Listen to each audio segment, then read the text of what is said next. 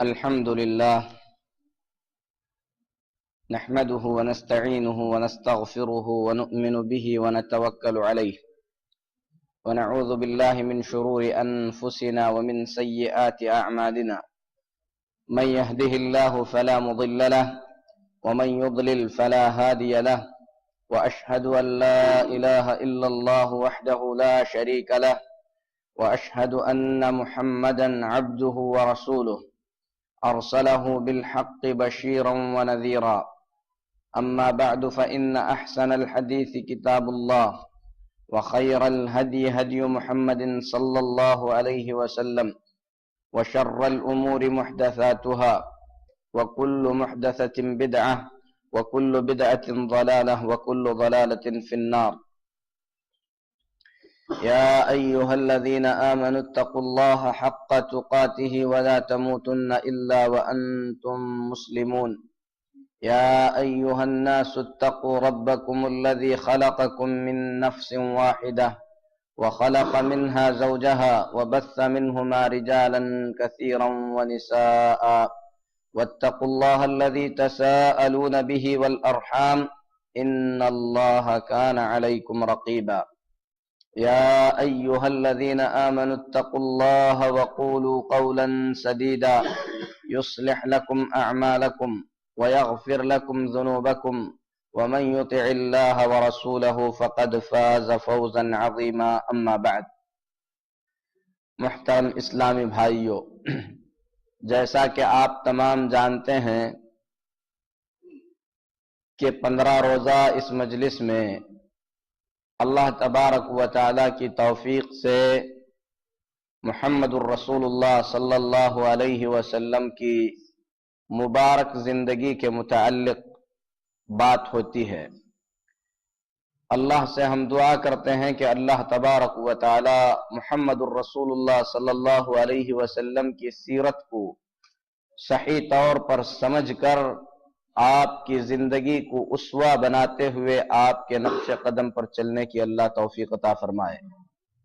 میرے محترم بھائیو، گزشتہ محفلوں میں، گزشتہ مجلسوں میں نبی کریم صلی اللہ علیہ وسلم کی بعثت سے پہلے کی جو زندگی ہے اس زندگی سے متعلق کافی تفصیلی بات ہو چکی ہے، جس میں رسول اللہ صلی اللہ علیہ وسلم کی ولادت، آپ کی طفولت، رضاعت کا واقعہ،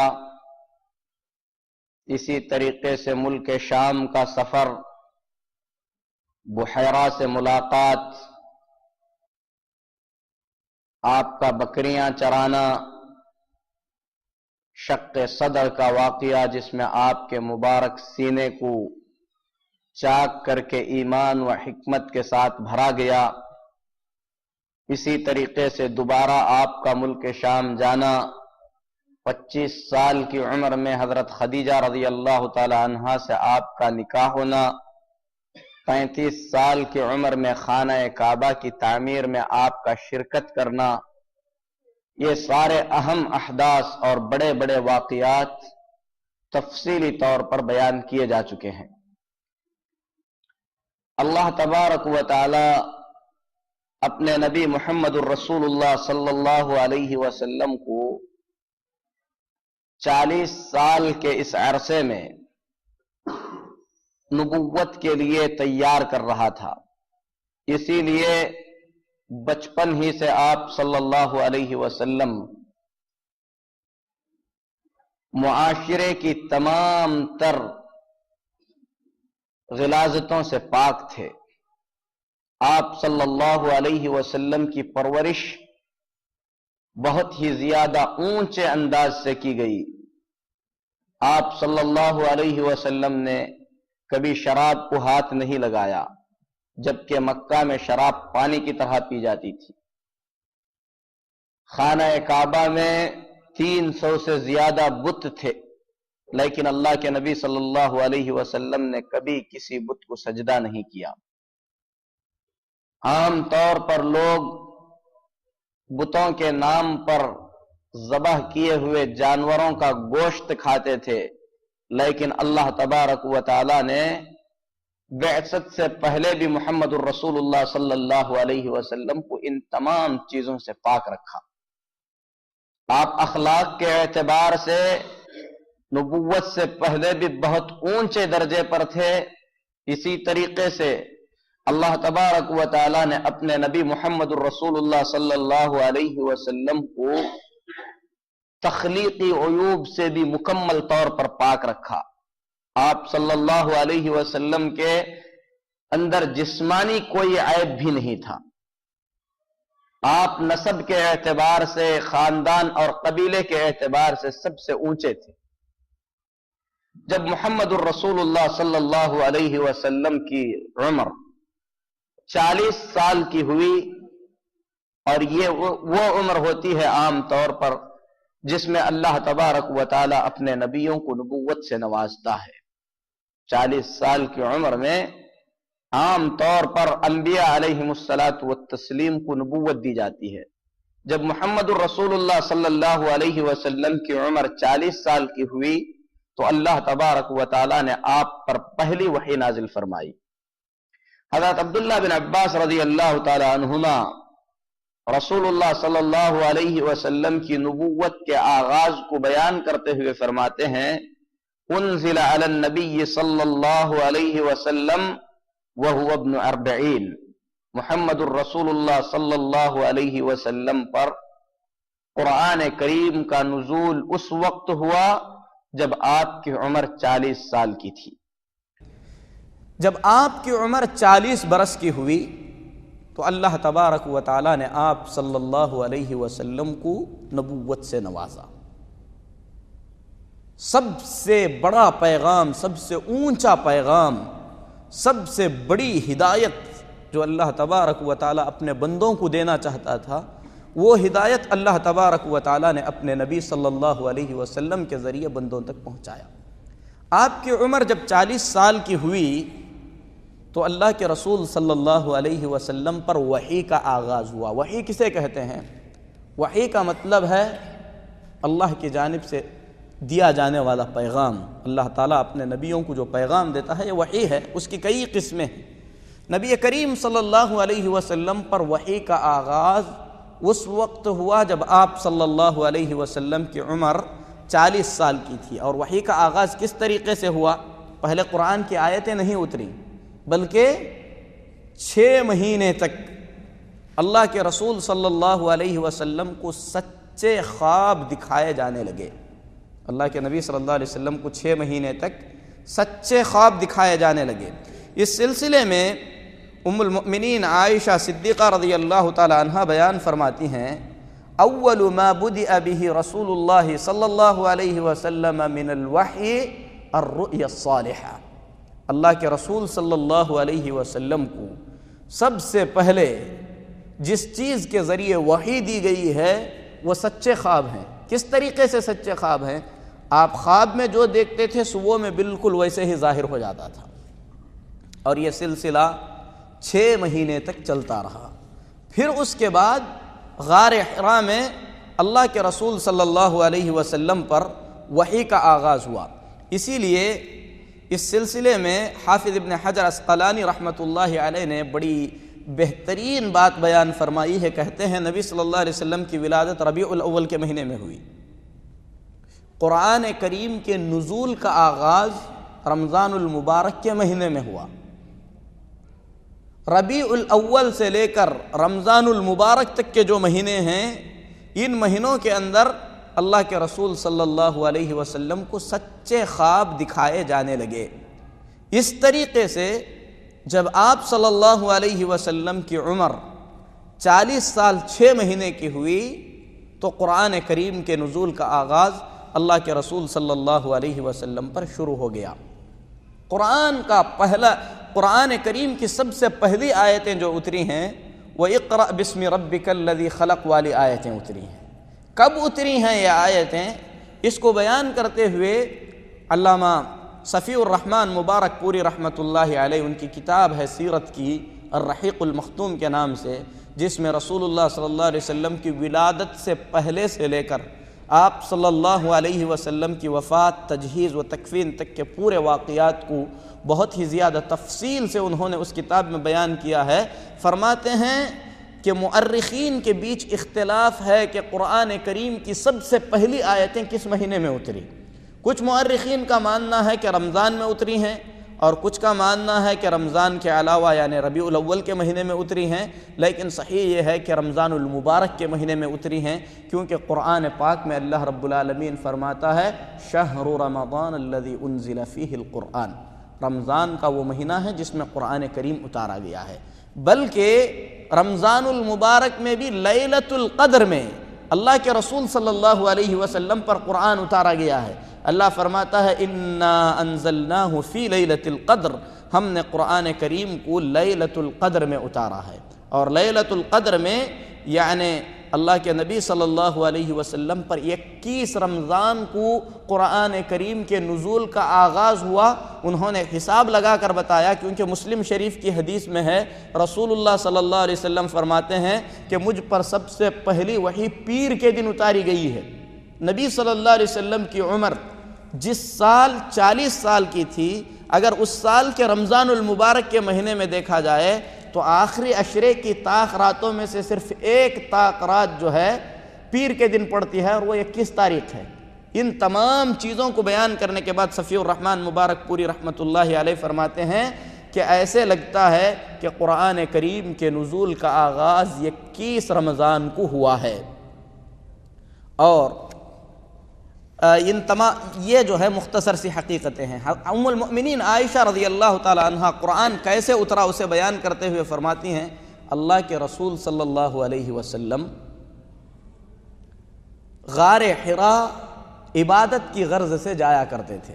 اللہ کے نبی صلی اللہ علیہ وسلم نبوت سے پہلے غار حراء میں عبادت کے لیے کئی راتیں جا کر وہاں پر گزارتے تھے، اور یہ بھی انہوں نے بیان فرمایا کہ صرف رمضان المبارک کے مہینے میں جاتے تھے۔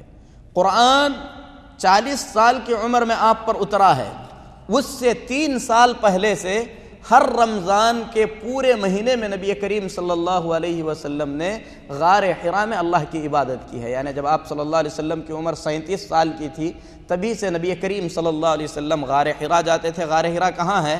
مکہ مکرمہ میں، مکہ سے تقریباً 2 میل کی دوری پر جو ہے ایک پہاڑ ہے جبل نور۔ جبل نور کے اندر غار حراء ہے، اور غار حراء کی جو چوڑائی ہے وہ گز سے اگر آپ ناپیں گے تو 4 گز جو ہے لمبا ہے، اور 1.25 گز چوڑا جو ہے ایک غار ہے۔ اللہ کے نبی صلی اللہ علیہ وسلم اس میں جا کر عبادت کرتے تھے۔ کیسی عبادت کرتے تھے اس کی تفصیلات نہیں بتلائی گئی ہیں۔ بعض مؤرخین کا کہنا ہے کہ اللہ کے نبی صلی اللہ علیہ وسلم اللہ تبارک و تعالیٰ کی عظیم قدرت میں جو ہے غور و فکر کیا کرتے تھے، کیونکہ آپ کو عبادت کا طریقہ ابھی بتایا نہیں گیا تھا۔ اور وہی بات اللہ رب العالمین نے قرآن پاک میں فرمایا وَوَجَدَكَ ضَالًّا فَهَدَى، اللہ تبارک و تعالیٰ نے آپ کو ایسی حالت میں پایا جب آپ کچھ جانتے نہیں تھے، اللہ تعالیٰ نے سکھایا، رہنمائی عطا فرمائی۔ تو اللہ کے نبی صلی اللہ علیہ وسلم غار حراء میں جا کر عبادت کرتے تھے۔ بعض مؤرخین کا کہنا ہے نبی صلی اللہ علیہ وسلم وہاں پر جو ہے کھانا تیار کر کے لے جاتے تھے، جو لوگ وہاں سے گزرتے تھے ان کو اللہ کے نبی صلی اللہ علیہ وسلم جو ہے کھانا کھلاتے تھے، پھر اس کے بعد اللہ تبارک و تعالیٰ کی عبادت کے اندر جو ہے لگے رہتے تھے، یعنی غور و فکر کیا کرتے تھے۔ بہرحال اتنا تو ہے کہ نبی کریم صلی اللہ علیہ وسلم ویسے ماحول میں رہتے ہوئے بھی شرک کی تمام آلودگیوں سے پاک تھے۔ رمضان المبارک کا مہینہ تھا، آپ صلی اللہ علیہ وسلم کی عمر 40 سے زیادہ ہو چکی تھی۔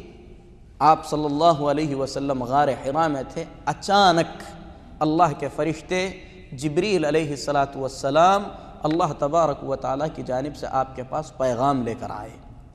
جبریل علیہ السلام نے پہنچ کر اللہ کے نبی صلی اللہ علیہ وسلم سے کہا، یہ بخاری شریف کی روایت ہے، لمبی حدیث ہے، اس کا میں مفہوم بیان کر رہا ہوں۔ کہا اقرأ، اے محمد صلی اللہ علیہ وسلم آپ پڑھیے۔ اللہ کے نبی صلی اللہ علیہ وسلم نے فرمایا ما انا بقاری، میں پڑھنے والا نہیں ہوں، یعنی پڑھنا لکھنا نہیں جانتا ہوں، کیونکہ نبی کریم صلی اللہ علیہ وسلم امی تھے۔ اللہ فرماتا ہے هو الذی بعث فی الامیین رسولا منہم، وہی اللہ ہے جس نے امیوں میں سے انہی میں سے ایک پیغمبر بھیجا۔ اور امی اس شخص کو کہتے ہیں جو لکھنا پڑھنا نہیں جانتا ہے۔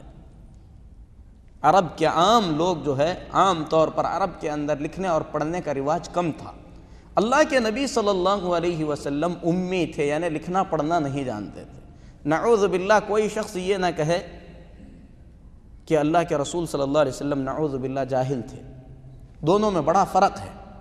جاہل جس کے پاس کچھ بھی علم نہیں ہے، اور امی جو لکھنا پڑھنا نہیں جانتا ہے۔ اور بہت سارے ایسے امی ہیں جو لکھنا پڑھنا نہیں جانتے، ان کے پاس جو ہے علم کا سمندر ہے۔ جیسے بہت سارے نابینا ہیں، حافظ ہیں، علم والے ہیں، بڑے بڑے علماء ہیں۔ تو لکھنا پڑھنا نہیں آنا یہ جہالت کی دلیل نہیں ہے، بلکہ لکھنے پڑھنے کی حاجت اسے ہوتی ہے جسے بھولنے کا خوف ہے۔ اور اللہ تبارک و تعالیٰ نے نبی کریم صلی اللہ علیہ وسلم کو جو پڑھایا اس کو یاد رکھانے کی ذمہ داری اللہ کی تھی، اسی لیے نبی کریم صلی اللہ علیہ وسلم کو لکھنے پڑھنے کی حاجت ہی نہیں تھی۔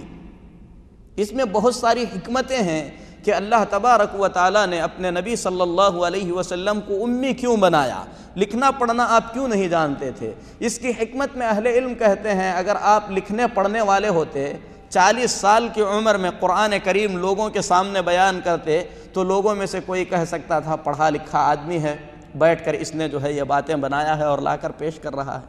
لیکن ایک ایسا شخص جسے پڑھنا نہیں آتا، جسے لکھنا نہیں آتا، اتنا صاف کلام، اتنی اونچی باتیں، جس جیسی باتیں لانے سے پورے انسان اور پورے جنات عاجز ہیں، اگر بیان کر رہا ہے تو حقیقت میں یہ اللہ کی جانب سے نازل کیا گیا کلام ہے، اس کی ایک بڑی دلیل ہے۔ اور اسی طریقے سے آپ صلی اللہ علیہ وسلم کو اللہ تبارک و تعالیٰ نے امی رکھا، اس کی وجوہات میں سے ایک بڑی وجہ یہ ہے کہ اللہ تبارک و تعالیٰ اپنے نبی صلی اللہ علیہ وسلم کو کسی کا شاگرد بنانا نہیں چاہتا تھا۔ نبوت سے پہلے لکھنا پڑھنا آپ سیکھنے کے لیے ضروری تھا کہ کسی کے شاگرد بنے۔ آپ صلی اللہ علیہ وسلم سب کچھ سکھانے کے لیے پیدا کیے گئے ہیں۔ آپ صلی اللہ علیہ وسلم کو کسی سے سیکھنے کی حاجت نہیں ہے، کوئی آپ کا استاد نہ رہے، اسی لیے اللہ تبارک و تعالیٰ نے اس کی ضرورت ہی نہیں سمجھا کہ نبی کریم صلی اللہ علیہ وسلم کو لکھنے پڑھنے کے لیے کسی کے سامنے بیٹھ کر سیکھنا پڑے۔ اور فرمایا سَنُقْرِئُكَ فَلَا تَنْسَى، ہم آپ کو ایسے پڑھائیں گے کہ آپ بھولیں گے نہیں۔ اسی لیے قرآن جتنا نازل ہوا سب کا سب نبی کریم صلی اللہ علیہ وسلم کو جو ہے یاد تھا۔ اور ایسے بھی آدمی کب لکھتا ہے؟ جب بھولنے کا خوف ہوتا ہے۔ لیکن جسے اپنے ذاکرے پر اعتماد ہے وہ لکھے گا نہیں۔ اسی لیے اللہ کے نبی صلی اللہ علیہ وسلم امی تھے، لیکن علم کا سمندر تھے۔ اللہ کی مخلوق میں، پوری مخلوق میں سب سے زیادہ جاننے والے تھے۔ اللہ کے نبی صلی اللہ علیہ وسلم امی تھے، لیکن پوری مخلوق میں سب سے بڑے عالم تھے۔ اسی لیے آپ صلی اللہ علیہ وسلم نے فرمایا ما انا بقاری، میں لکھنا پڑھنا نہیں جانتا ہوں۔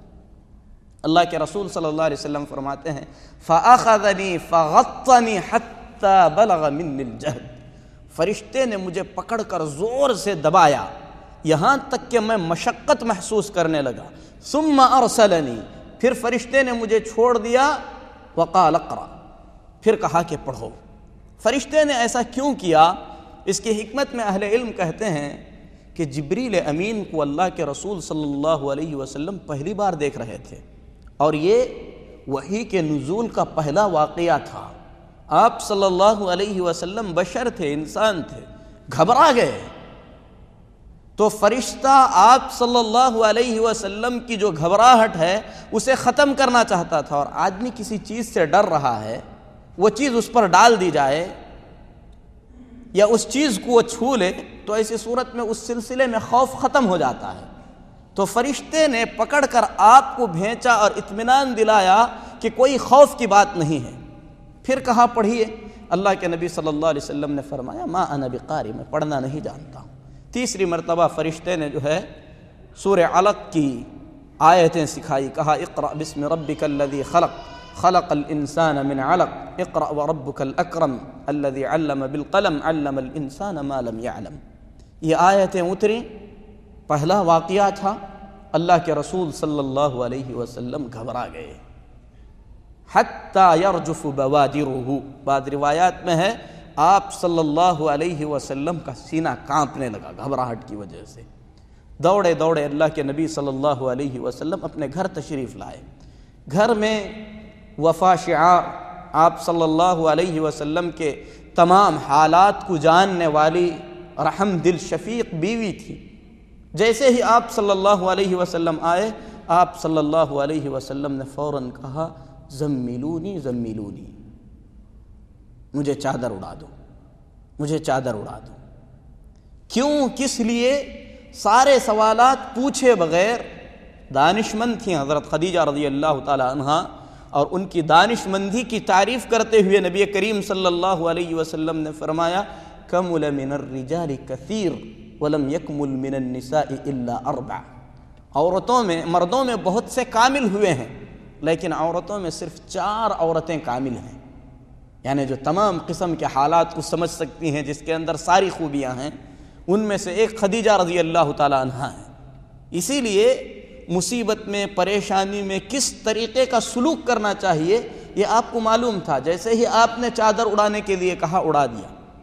تھوڑا سا اطمینان آیا تو نبی کریم صلی اللہ علیہ وسلم نے فرمایا کہ اے خدیجہ، میں ایسی چیزیں دیکھ رہا ہوں جس سے مجھے اپنے آپ پر خوف محسوس ہوتا ہے کہ کچھ ہو نہ جائے۔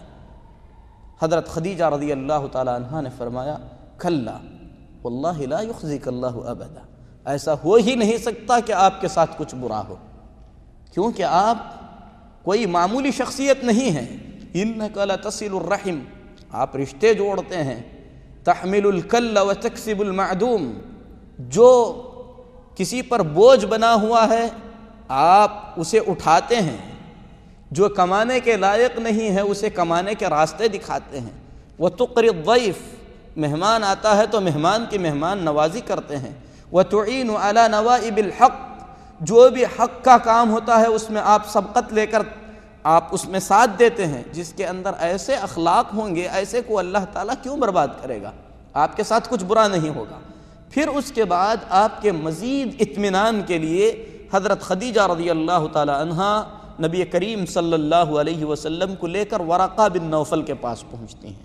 ورقہ بن نوفل یہ حضرت خدیجہ رضی اللہ تعالی عنہا کے چچازاد بھائی تھے، بوڑھے ہو چکے تھے، اور زمانہ جاہلیت میں نبوت کے آنے سے پہلے جو انجیل ہے اس کو پڑھتے تھے، اور انجیل کی اصل زبان عبرانی زبان ہے، اس زبان سے بہت سارا ترجمہ عربی زبان میں کر چکے تھے، یعنی ان کے پاس کتاب کا علم تھا۔ نبی کریم صلی اللہ علیہ وسلم نے جب ساری باتیں ورقہ بن نوفل کو بتائیں کہ آپ نے کیا کیا دیکھا ہے، تو ورقہ بن نوفل نے کہا یا ابن اخی ما ترى، اے بھتیجے تم کیا دیکھتے ہو؟ نبی صلی اللہ علیہ وسلم نے ساری باتیں بتائی۔ سننے کے بعد ورقہ بن نوفل نے کہا ھذا الناموس الذی نزل اللہ علی موسیٰ، یہ کوئی عام واقعہ نہیں ہے، یہ فرشتے ہیں جو موسیٰ علیہ السلام کے پاس آیا کرتے تھے۔ دوسری روایت میں کہا قدوس قدوس، یہ تو مقدس ہستی ہے جو تمہارے پاس آئی تھی، آپ اللہ کے نبی بنائے جائیں گے۔ اس کے بعد ورقہ بن نوفل نے کچھ باتیں کہیں، کہا یا لیتنی فیہ جذع، کاش اب میں جوان ہوتا۔ کیوں جوان ہوتا؟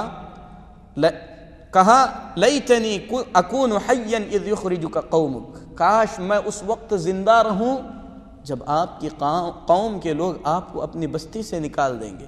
نبی صلی اللہ علیہ وسلم کو تعجب ہوا کہ یہ کیا کہہ رہے ہیں۔ کہا او مخرجیہم، کہا کیا مکہ والے مجھے اس بستی سے نکال دیں گے؟ تو ورقہ بن نوفل نے کہا کہ بھتیجے، جو شخص بھی وہ دعوت لے کر آیا ہے جسے تم کو آگے لے کر چلنا ہے، اس کے ساتھ دشمنی کی گئی ہے۔ اگر میں جوان ہوتا، اس وقت زندہ ہوتا جب آپ کے قوم کے لوگ آپ کو نکال دیں گے، تو میں آپ کی بڑی زبردست مدد کرتا۔ لیکن اللہ تعالیٰ کی قدر تھی کہ ورقہ بن نوفل رحمۃ اللہ علیہ، ان پر اللہ کی رحمتیں نازل ہو، کچھ ہی عرصے کے بعد جو ہے انتقال کر گئے۔ نبوت کے بعد نبی کریم صلی اللہ علیہ وسلم نے فرمایا کہ ورقہ بن نوفل کو میں نے سفید کپڑوں میں دیکھا ہے، مطلب یہ ہے کہ وہ جنت میں ہے، کیونکہ اس وقت جو صحیح دین تھا اس دین پر وہ عمل پیرا تھے، اللہ تبارک و تعالیٰ نے ان کی نجات عطا فرما دی، اور انہوں نے خواہش ظاہر کی کہ اگر نبوت کے اس دور کو میں پالوں تو اسلام قبول کر کے آپ کی جو ہے بڑی زبردست مدد کروں گا۔ اہل علم کہتے ہیں، امام صفی الرحمن مبارک پوری رحمۃ اللہ علیہ نے اس واقعے کو بیان کرنے کے بعد کہا ہے کہ سورہ علق کی یہ آیتیں جب نازل ہوئیں اس وقت اللہ کے رسول صلی اللہ علیہ وسلم کی عمر 40 سال 6 مہینے اور 12 دن کی تھی۔ چاند کے مہینوں کے حساب سے 40 سال 6 مہینے اور 12 دن تھی۔ اگر عیسوی مہینوں کے حساب سے دیکھا جائے، میلادی مہینوں کے حساب سے دیکھا جائے تو اس وقت نبی کریم صلی اللہ علیہ وسلم کی عمر 39 سال 3 مہینے 39 سال 3 مہینے اور 22 دن تھی، اور پیر کا دن تھا۔ اگر رمضان المبارک کی 21 تاریخ تھی جس کا ذکر جو ہے ابھی کیا گیا ہے، اور عیسوی کے اعتبار سے دیکھا جائے تو 10 اگست 610 ہجری میں اللہ کے نبی صلی اللہ علیہ وسلم پر قرآن کریم کی پہلی آیتیں جو ہے یہ اقرأ بسم ربک الذی خلق والی آیتیں جو ہے نازل ہوئی ہیں۔ ان آیتوں کے نازل ہونے کے بعد کچھ عرصے کے لیے وحی رک گئی، یعنی دوبارہ اللہ کے فرشتے جبریل علیہ السلام اللہ کے نبی صلی اللہ علیہ وسلم کے پاس وحی لے کر نہیں آئے۔ اس سے اللہ کے نبی صلی اللہ علیہ وسلم جو ہے کافی پریشان ہو گئے، یعنی ایک مرتبہ آئی وحی اس کے بعد جو ہے بند ہو گئی، تو آپ صلی اللہ علیہ وسلم کو بڑی پریشانی لاحق ہو گئی۔ ایسا کیوں ہوا؟ اہل علم کہتے ہیں کہ اللہ کے نبی صلی اللہ علیہ وسلم اس واقعے سے جو گھبرا گئے تھے، اس گھبراہٹ کے ختم ہونے تک اللہ تعالیٰ نے دوسری وحی نہیں بھیجا، اور اللہ تبارک و تعالیٰ چاہتا تھا کہ آپ صلی اللہ علیہ وسلم کا وحی کی طرف اشتیاق بڑھے، آپ کا شوق ہو، اسی لیے کچھ عرصے تک وحی رکی رہی۔ کتنے عرصے تک وحی رکی رہی اس کی جو ہے تفصیل کہیں نہیں آئی ہے، لیکن بعض لوگوں نے اس میں مبالغے سے کام لیا ہے کہ 3 سال تک وحی رکی، 2 سال تک وحی رکی۔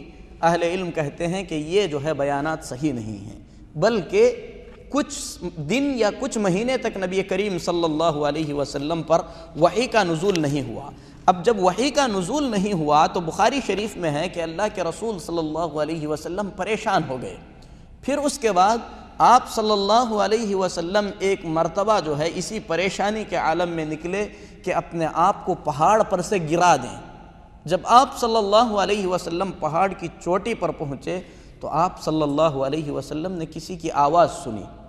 آپ نے اپنا سر اٹھا کر دیکھا تو جو فرشتے غار حرا میں وحی لے کر آئے تھے، یعنی جبریل علیہ السلام، آسمان اور زمین کے بیچ میں ایک معلق کرسی پر بیٹھے ہوئے ہیں اور کہہ رہے ہیں، اے محمد صلی اللہ علیہ وسلم، آپ اللہ کے سچے رسول ہیں۔ یہ سن کر نبی کریم صلی اللہ علیہ وسلم پھر سے گھبرا گئے، گھبرا کر گھر پہنچے۔ آپ صلی اللہ علیہ وسلم نے فرمایا، دثرونی دثرونی، مجھے چادر اڑا دو، چادر اڑا دو۔ یہ چادر کا واقعہ اس لیے ہے کہ آدمی جب گھبرا جاتا ہے آرام کرنا چاہتا ہے، کسی سے ملنا نہیں چاہتا، تو یہی حالات تھے۔ جب آپ صلی اللہ علیہ وسلم چادر اوڑھ کر جو ہے سو گئے، اس کے بعد اللہ تبارک و تعالیٰ نے جو ہے دوسری آیت نازل فرمائی، کہا، یا ایھا المدثر قم فانذر وربک فکبر وثیابک فطہر والرجز فہجر۔ اے چادر اوڑھ کر سونے والے، اٹھو، اللہ تبارک و تعالیٰ سے ڈراؤ۔ یہ آیتیں جس کا سادہ سا مفہوم نظر آ رہا ہے، اہل علم کہتے ہیں کہ اس میں بڑی باتیں بیان کی گئی ہیں۔ سب سے پہلے چادر کا ذکر کیا گیا کیونکہ چادر آرام کے لیے استعمال کی جاتی ہے۔ آپ صلی اللہ علیہ وسلم کو اس میں یہ پیغام دیا جا رہا تھا کہ آرام کے دن ختم ہو چکے ہیں، کیونکہ بہت بڑی ذمہ داری آپ پر ڈالی جا رہی ہے۔ اسے نبھانے کے لیے آپ کو اب جو ہے چادر کی قطعاً ضرورت نہیں ہے۔ چادر نکال کر آپ کو جو ہے مکمل طور پر اللہ رب العالمین کی اس ذمہ داری کو لوگوں تک پہنچانے کے لیے جو ہے اٹھ کر کھڑے ہونا ہے۔ فَأَنذِرْ، لوگوں کو آپ ڈرائیے، یعنی اس کے اندر جو ہے قیامت کا بھی ذکر کیا گیا ہے مختصر سے آیات میں ابتدا میں ہی۔ وَرَبَّكَ فَكَبِّرْ، اپنے رب کی تکبیر بیان کیجئے، یعنی توحید کو دنیا کے اندر عام کیجئے۔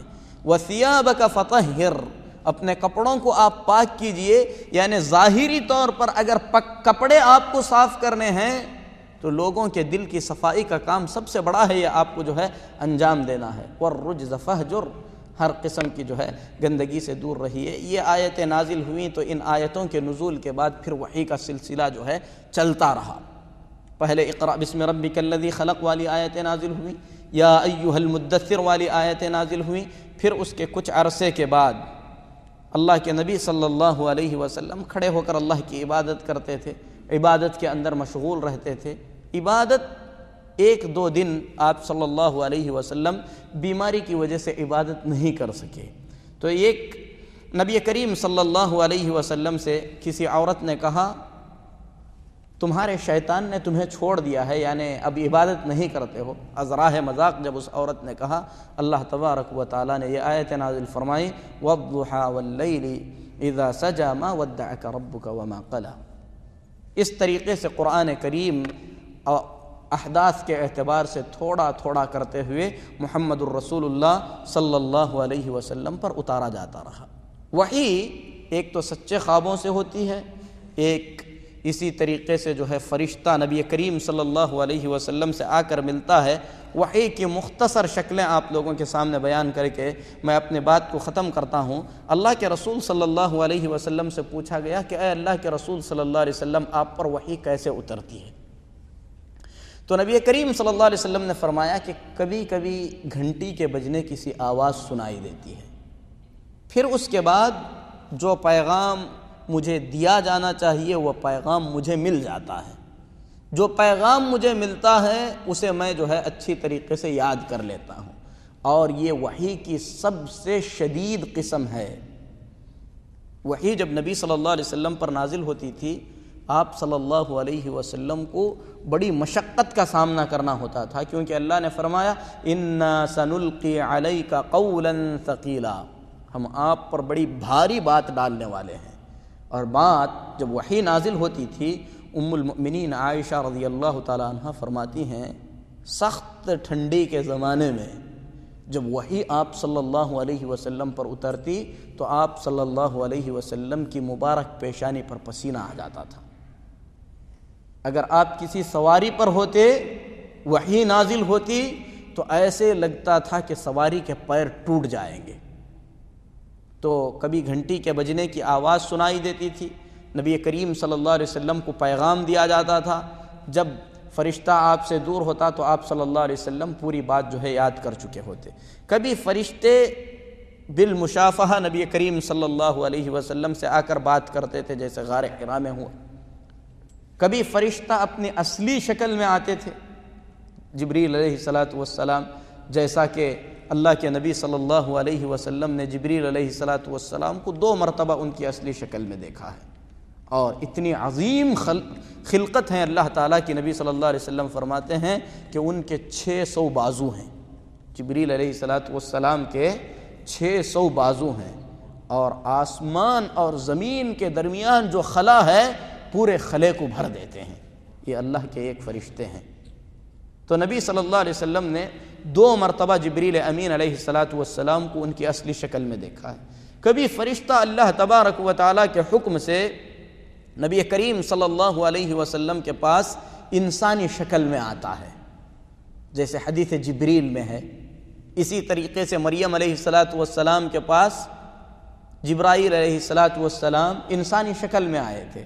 مریم سمجھی کہ یہ انسان ہے، اسی لیے انہوں نے کہا انی اعوذ بالرحمن منک ان کنت تقیہ، اگر تم نیک ہو تو میں رحمان کی حفاظت میں آتی ہوں، یعنی مجھ سے دور ہو جاؤ۔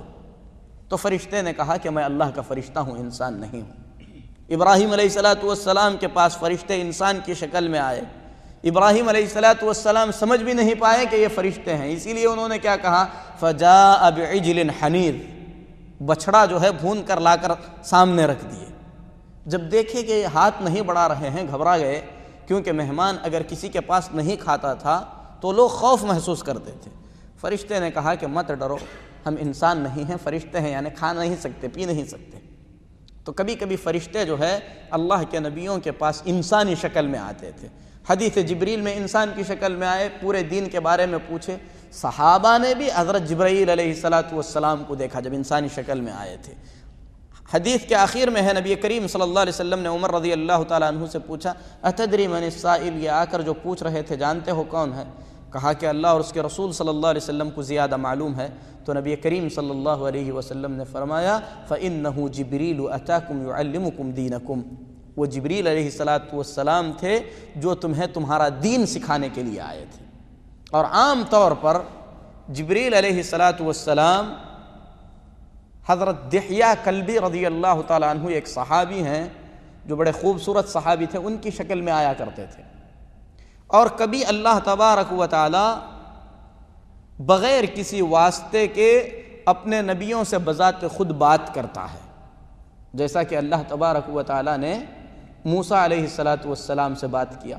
اسی طریقے سے جب معراج پر گئے تو اللہ کے نبی صلی اللہ علیہ وسلم سے اللہ تبارک و تعالی نے بغیر واسطے کے بات کیا۔ تو یہ جو ہے وحی کی جو ہے مختلف شکلیں ہیں یا مختلف قسمیں ہیں، اور کبھی کبھی اللہ تبارک و تعالی اپنے نبی کے دل میں کوئی بات ڈال دیتا ہے۔ اللہ تبارک و تعالی کبھی کبھی اپنے نبی کے دل میں کوئی بات ڈال دیتا ہے۔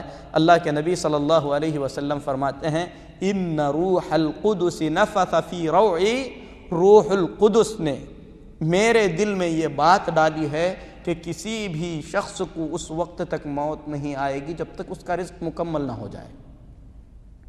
اور اسی لیے حدیث کے آگے اللہ کے نبی صلی اللہ علیہ وسلم فرماتے ہیں اللہ تبارک و تعالیٰ کے پاس جو تمہارا رزق ہے اسے حاصل کرنے کے لیے حرام طریقہ مت اختیار کرو، کیونکہ اللہ تبارک و تعالیٰ کی نعمت کو حرام طریقے سے حاصل نہیں کیا جا سکتا۔ یہ بات جب یقینی ہے کہ آپ کا رزق مکمل ہونے سے پہلے آپ کو موت نہیں آئے گی تو آپ کو حرام طریقہ چلنے کی ضرورت نہیں ہے۔ تو یہ جو حدیث ہے، یہ حدیث ہے، یہ اللہ کا پیغام ہے۔ کیسے آپ کو دیا گیا؟ آپ کے دل میں یہ بات ڈالی گئی۔ تو یہ وحی کی جو ہے مختلف شکلیں ہیں، لیکن پورا قرآن کریم نبی کریم صلی اللہ علیہ وسلم پر حضرت جبریل علیہ السلام کے ذریعے اتارا گیا ہے۔ پورا قرآن کریم نبی کریم صلی اللہ علیہ وسلم پر جبریل علیہ السلام کے ذریعے اتارا گیا ہے۔ خواب میں قرآن کی آیتیں نہیں دی گئیں، کوئی باتیں آپ کے دل میں ایسے قرآن کی جو باتیں ہیں وہ آپ کے دل میں نہیں ڈالی گئیں، بلکہ جو دل میں ڈالا گیا، جو خواب میں دکھایا گیا، یا اسی طریقے سے فرشتے نے آ کر قرآن کے علاوہ جو کچھ آپ کو عطا فرمایا وہی سنت ہے، وہی حدیث ہے۔ اسی لیے اللہ تبارک و تعالیٰ فرماتا ہے وَمَا يَنطِقُ عَنِ الْهَوَىٰ إِنْ هُوَ إِلَّا وَحْيٌ يُوحَىٰ، نبی کریم صلی اللہ علیہ وسلم اپنی طرف سے کچھ نہیں کہتے، آپ وہی کہتے ہیں جو آپ کی طرف وحی کی جاتی ہے۔ تو یہ قرآن کریم مکمل 23 سال کے عرصے میں اترا ہے۔ جب اترتا تھا تو اللہ کے نبی صلی اللہ علیہ وسلم لکھنے والے صحابہ کو بلا کر یہ لکھا دیتے تھے۔ آپ صلی اللہ علیہ وسلم کی مبارک زندگی میں ہی پورا قرآن کریم لکھا جا چکا تھا، لیکن ایک جگہ جمع نہیں کیا گیا تھا۔ نبی کریم صلی اللہ علیہ وسلم کے انتقال کے بعد جب جنگیں ہونے لگیں، کئی صحابہ شہید ہوئے، تو حضرت عمر رضی اللہ تعالیٰ عنہ نے ابو بکر صدیق رضی اللہ تعالیٰ عنہ کو کہا کہ اگر قرآن ایک جگہ جمع کیا جائے تو بہتر ہے۔ تو پورا قرآن کریم ابو بکر صدیق رضی اللہ تعالیٰ عنہ کے زمانے میں صرف جمع کیا گیا، اس زمانے میں لکھا نہیں گیا ہے، لکھا تو نبی صلی اللہ علیہ وسلم کے زمانے میں ہی گیا تھا، لیکن ابو بکر صدیق رضی اللہ تعالیٰ عنہ کے زمانے میں اس کو جو ہے ایک مصحف کی شکل دی گئی۔ تو قرآن کریم میں 114 سورتیں ہیں۔ یہ سورتیں اللہ کے نبی صلی اللہ علیہ وسلم کی ترتیب دی ہوئی ہیں، جو آیتیں ہیں وہ نبی کریم صلی اللہ علیہ وسلم کی ترتیب دی ہوئی ہیں، اور پورا قرآن کریم جیسا اللہ نے اتارا تھا اسی طریقے سے آج تک محفوظ ہے، کیونکہ اس کی حفاظت کی ذمہ داری اللہ تعالیٰ نے لی ہے۔ تو یہ ہدایت ہے جس ہدایت کے بھیجنے کا اللہ نے کس سے وعدہ کیا تھا؟ آدم علیہ السلام سے وعدہ کیا تھا، اور فرمایا تھا کہ جو اس ہدایت کی رہنمائی، اس ہدایت کے نقش قدم پر چلے گا، اس ہدایت پر عمل کرے گا، اسے نہ کوئی خوف ہوگا نہ کوئی ملال ہوگا، لیکن جو اس کے عکس جائے گا ہلاک و برباد ہو جائے گا۔